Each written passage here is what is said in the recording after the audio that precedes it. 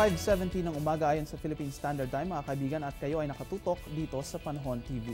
Sa bahaging ito ng ating programa, silipin na natin ang magiging lagay ng panahon sa mga susunod na araw. Unahin natin dito sa Baguio City, magkakaroon nga tayo ng fair weather conditions dito sa City of Pines for the next 3 days hanggang sa araw ng Linggo. Makakaranas po tayo ng partly cloudy to cloudy skies, still with isolated cases ng rain showers at thunderstorms, lalong-lalo na sa hapon at sa gabi. Ganon din ang inaasahang panahon dito sa may Metro Manila. Asahan po natin ang bahagya hanggang sa maulap lamang na kalangitan na mayroong tsansa pa rin ng pag-ulan at pagkindat, pagkulog lalo na sa hapon at sa gabi sa susunod na 3 araw. Sa Metro Cebu naman, maaaring maging maulan for the next 3 days. Asahan po natin ang cloudy skies na may higher chances of rain and thunderstorms mula bukas hanggang sa araw ng Linggo. Ganon din ang inaasahan na panahon dito sa Metro Davao, ngunit fair weather conditions at improving weather conditions naman ang maaari nating maranasan pagkadating ng weekend. Asahan po natin magkakaroon tayo ng bahagya hanggang sa maulap na kalangitan na mayroon lamang posibilidad ng pag-ulan at pagkindat, pagkulog sa hapon at sa gabi.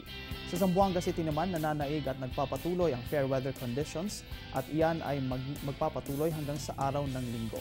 Bahagya hanggang sa maulap lamang na kalangitan na may tsansa ng pag-ulan o pagkindat, pagkulog lalo na sa hapon at sa gabi. Ngayon naman ay ating silipin rin ang weather conditions sa ilang piling lugar dito sa Pilipinas. Unahin natin dito sa may Cabanatuan, magkakaroon po tayo ng fair weather conditions at maglalaro ang temperatura sa 25 to 35 degrees Celsius. Habang ang Rojas, Calapan, Kalayaan, Group of Islands, Dumaguete at Catbalogan ay magkakaroon ng rainy weather conditions ngayong araw na ito at aabot ang temperatura sa 24 to 33 degrees Celsius.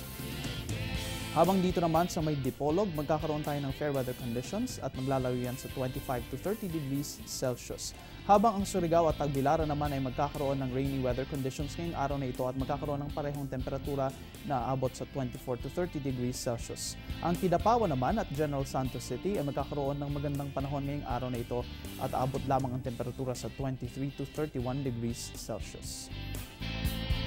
Alamin na rin natin ang weather forecast sa ilang mga tourist destinations dito sa bansa. Unahin natin ang Vigan, Anilao, Puerto Galera, Taal at Banawe. Magkakaroon po tayo ng fair weather conditions ngayong araw na ito at aabot ang temperatura sa 15 to 32 degrees Celsius. Habang dito naman sa may Naga, magkakaroon tayo ng fair weather conditions at aabot lamang ang temperatura sa 25 to 31 degrees Celsius. Ngunit sa El Nido, Boracay at Camiguin ngayong araw na ito ay magkakaroon po tayo ng maulan na panahon at magkakaroon po tayo ng pare-parehong temperatura na aabot sa 24 to 30 degrees Celsius. Ngayong tag-ulan, mga kaibigan, siguraduhin natin laging handa ang ating rain gear lalo na kung madalas tayong lalabas ng bahay at ugalingin na rin natin ang pag-inom ng vitamins para lumakas ang ating resistensya. Mga kaibigan, kami magbabalik matapos ang isang paalala.